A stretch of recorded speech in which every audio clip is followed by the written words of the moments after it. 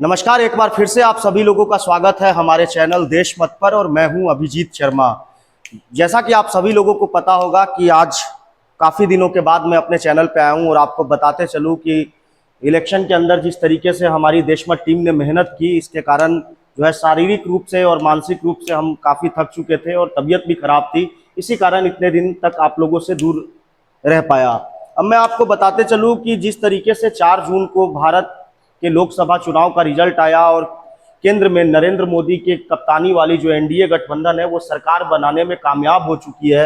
और एक तरीके से कहा जाए तो भारत देश के अंदर पंडित जवाहरलाल नेहरू के बाद में नरेंद्र मोदी एक ऐसे प्रधानमंत्री बने जिन्होंने लगातार तीसरी बार प्रधानमंत्री पद की शपथ ली हो। लेकिन आज के इस एपिसोड में मैं, जैसा कि आप सभी लोगों से हमेशा रूबरू होता हूं, और मैं बताऊंगा कि नरेंद्र मोदी की कैबिनेट में जो है इस बार कुल कितने मंत्रियों ने शपथ ली, कैबिनेट मिनिस्टर्स ने, और उनकी एजुकेशन क्वालिफिकेशन क्या है, क्योंकि हमारे देश को चलाने वाले जो लोग हैं उनकी शैक्षणिक योग्यता क्या है, ये जानने ला आप सभी लोगों के लिए बेहद जरूरी हो जाता है। तो मैं ज़्यादा देर न करते हुए एक एक करके जितने भी कैबिनेट मिनिस्टर्स बने हैं भारत देश के अंदर इस मोदी के तीसरे कार्यकाल में, मैं उन्हें ये चीज़ आप लोगों को बताता हूँ। मैं आपको बताते चलूँ कि सबसे पहले अगर मैं बात करूँ तो भारत देश के प्रधानमंत्री नरेंद्र मोदी ने तीसरी बार शपथ ली है और वो प्रधानमंत्री सहित कई ऐसे मंत्रालय जैसे नाभिकीय ऊर्जा और भी कई ऐसे मंत्रालय होते हैं जो प्रधानमंत्री अपने पास में रखते हैं, और ऐसे मंत्रालय भी प्रधानमंत्री अपने पास रखते हैं जो किसी के पास आवंटित नहीं हो। तो उस तरीके का जो है मंत्रालय प्रधानमंत्री के पास है। और उनकी अगर शैक्षणिक योग्यता की बात करूं तो वो ग्रेजुएट है, जैसा कि आप सभी लोगों को पता है।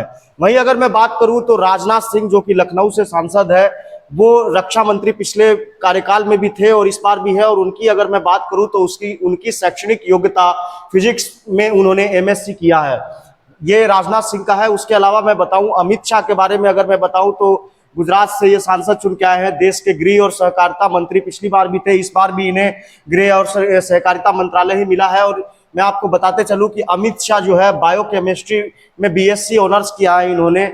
वहीं अगर मैं बात करूं देश के सड़क और परिवहन मंत्री नितिन गडकरी, जो कि पिछले कार्यकाल में भी सड़क और परिवहन मंत्री थे, इस बार भी वो सड़क और परिवहन मंत्रालय उनको मिला है मोदी गवर्नमेंट में। और मैं आपको बताते चलूं कि वो कॉमर्स से ग्रेजुएट है, इसके अलावा उन्होंने एमबीए भी किया हुआ है। वहीं अगर मैं बात करूं भारतीय जनता पार्टी के राष्ट्रीय अध्यक्ष जगत प्रकाश नड्डा उर्फ जेपी नड्डा के बारे में, तो उन्हें स्वास्थ्य मंत्रालय इस बार दिया गया है। और स्वास्थ्य मंत्रालय, और मैं आपको बताते चलूं कि जेपी नड्डा मूलतः बिहार के रहने वाले हैं, लेकिन हिमाचल में जाकर के इनके परिवार शिफ्ट हो चुके हैं, तो ये हिमाचल के ही नागरिक कहलाते हैं, मताधिकार का प्रयोग ये हिमाचल में ही करते हैं। और इनकी अगर शैक्षणिक योग्यता की मैं बात करूं तो ये एलएलबी और उसके अलावा ग्रेजुएशन इन्होंने किया हुआ है, ग्रेजुएट है।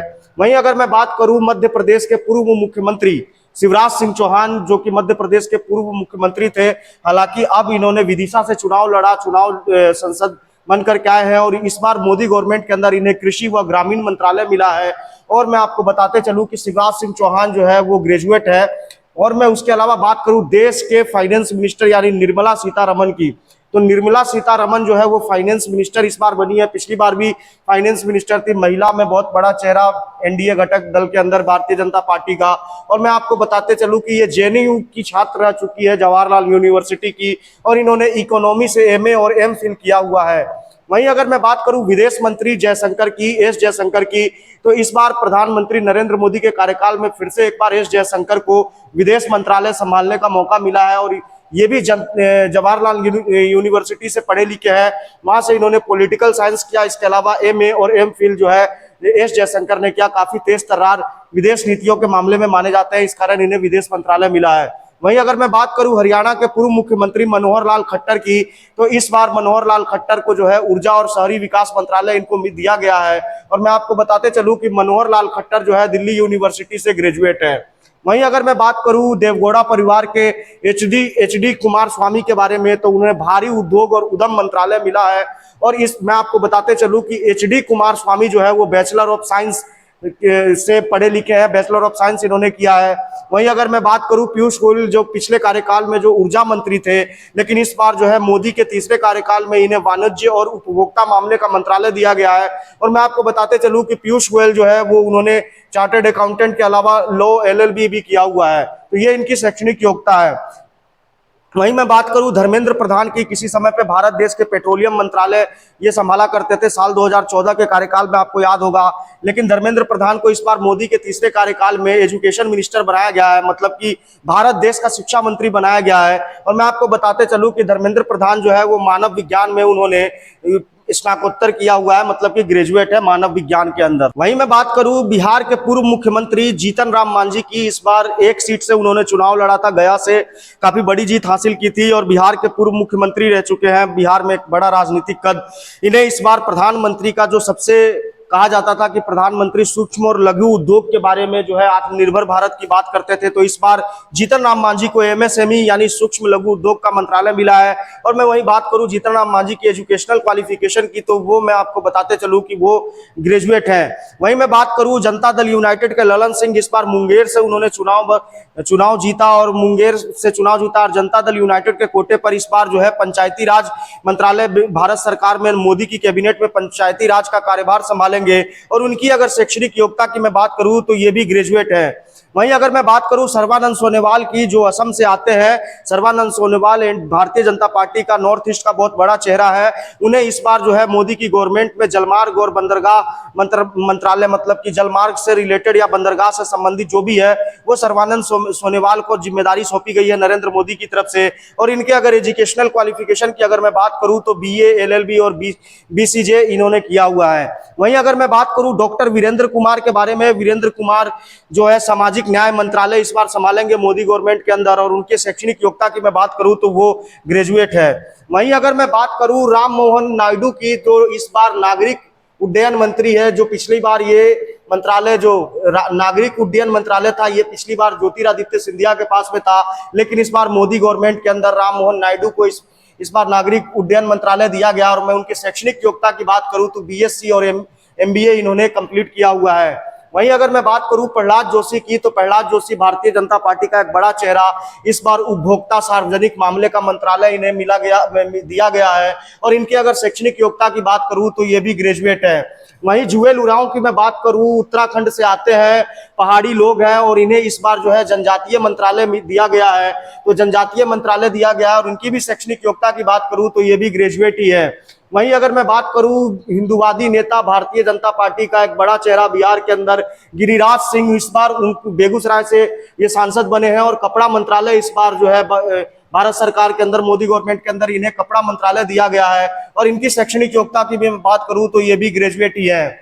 वहीं अगर मैं बात करूं भारत के अश्वनी वैष्णव, जो कि पहले रेल मिनिस्टर थे, इस बार भी रेल मिनिस्टर इनको दिया गया है। काफी प्रधानमंत्री मोदी के काफी करीबी और तेज तर्रार नेता माने जाते हैं। रेल और इलेक्ट्रॉनिक मंत्रालय इस बार जो है इस बार अश्वनी वैष्णव संभालेंगे। और इनकी अगर शैक्षणिक योग्यता की मैं बात करूं तो आईआईटी कानपुर का नाम, कानपुर से इन्होंने आईआईटी किया हुआ है, एमबीए भी किया हुआ है। एक तरीके से आईआईटी कानपुर के छात्र रह चुके हैं, तो कहना कुछ जायज नहीं होगा। वहीं अगर मैं बात करूं ज्योतिरादित्य सिंधिया की, पहले कांग्रेस के बड़े नेता हुआ करते थे। मध्य प्रदेश के अंदर 29 लोकसभा सीटों में से 29 लोकसभा सीटों पर जो है भारतीय जनता पार्टी का कब्जा रहा। वो कहा जाए तो एक तरीके से ज्योतिरादित्य सिंधिया ने काफी मेहनत की और इसका इनाम मिला उन्हें। दूर संचार मंत्रालय, मतलब कि टेलीकॉम मिनिस्ट्री का काम इस बार मोदी गवर्नमेंट के अंदर संभालेंगे। और मैं आपको बताते चलूं कि ज्योतिरादित्य सिंधिया की अगर मैं बात करूं तो इन्होंने जो है विदेश से पढ़ाई की है और एमबीए इन्होंने कंप्लीट किया हुआ है। वहीं अगर मैं भूपेंद्र यादव की बात करूं, भूपेंद्र यादव राजस्थान बीजेपी के एक बड़े चेहरे हैं, अजमेर के रहने वाले हैं। इस बार यह पर्यावरण मिनिस्टर बने हैं। और इनकी अगर शैक्षणिक योग्यता की मैं बात करूं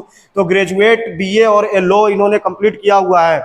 वहीं अगर मैं बात करूं जोधपुर के सांसद गजेंद्र सिंह शेखावत की, जोधपुर से सांसद बन के आते हैं, इन्हें संस्कृति मंत्रालय दिया गया है मोदी गवर्नमेंट के अंदर। पिछली बार जल शक्ति मंत्रालय गजेंद्र सिंह शेखावत के पास था, लेकिन इस बार जो है संस्कृति मंत्रालय दिया गया है। और इनकी मैं बात करूं तो ये भी जो है ग्रेजुएट है।